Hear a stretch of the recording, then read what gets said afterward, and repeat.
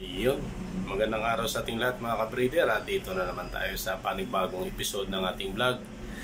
So bago ang lahat, shoutout sa ating mga kaibigan dyan, mga silent viewers, mga kaibigan natin sa mga OFW.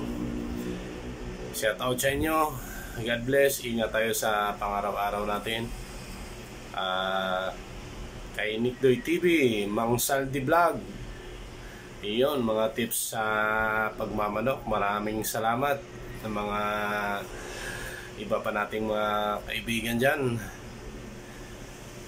Shoutout sa inyo. So ipakita natin yung manukan ng ating kaibigan. Dito lang malapit sa ating pinapasukan mga ka-breeder. So ipakita ko sa inyo yung mga alaga niyang mga panabong. So ito na mga ka-breeder. Ayun, pasyalan natin yung manukan ni Mang Kaloy.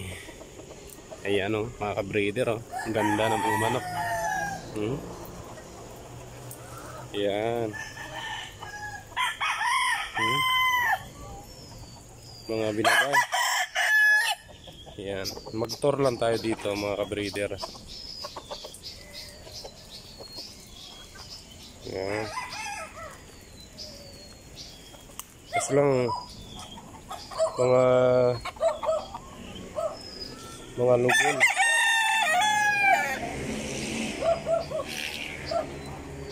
Mga lugon ka-breeder yung mga manok niya. Mga bata pa.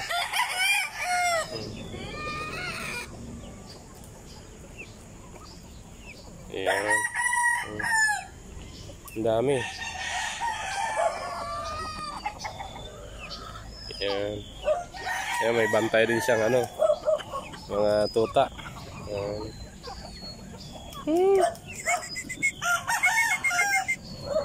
Huri. Ayan. Ang daming mga alaga dito.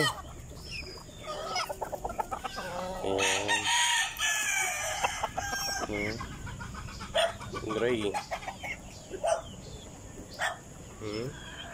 Ganda ng area.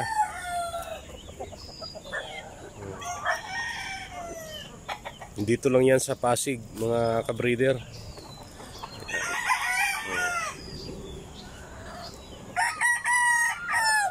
Ang gaganda ng mga yun, hiraw.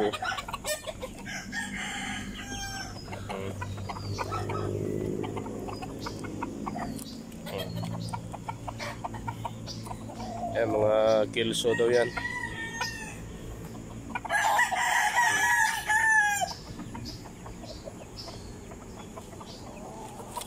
So, kayo mga breed. Bitay.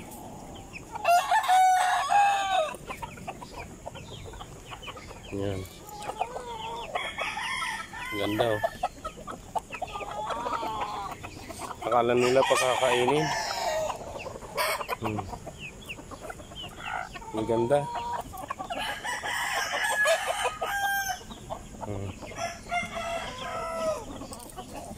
Yeah.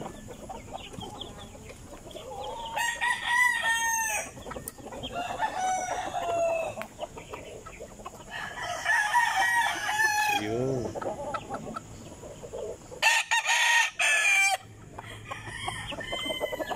Ang ganda ng itsura.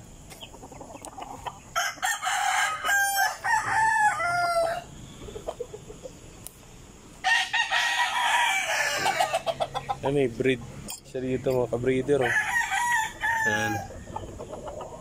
Binabae.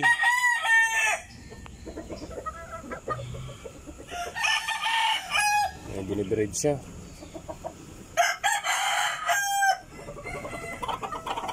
Ayan. Marami pa dito. Ayan. Malawak yan.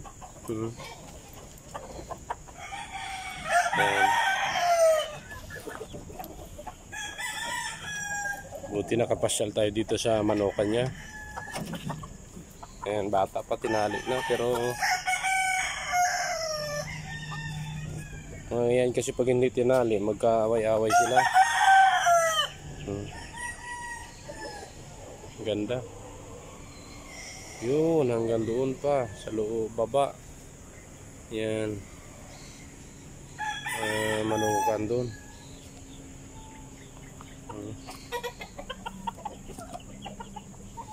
Marami talaga dito. Yan. Ang ganda.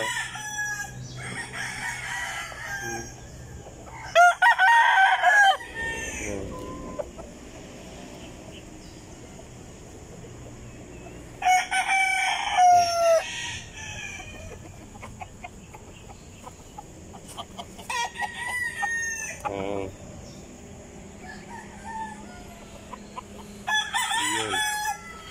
So, ayan na nga. Napakita ako sa inyo yung farm ni Mang Kaloy, mga kabreeder. So, mabuti nakapasyal tayo dito sa manukan niya. Ayan. So, hanggang dito na lang muna, mga kabreeder. Ingat tayo sa pang-araw-araw natin. Maraming salamat.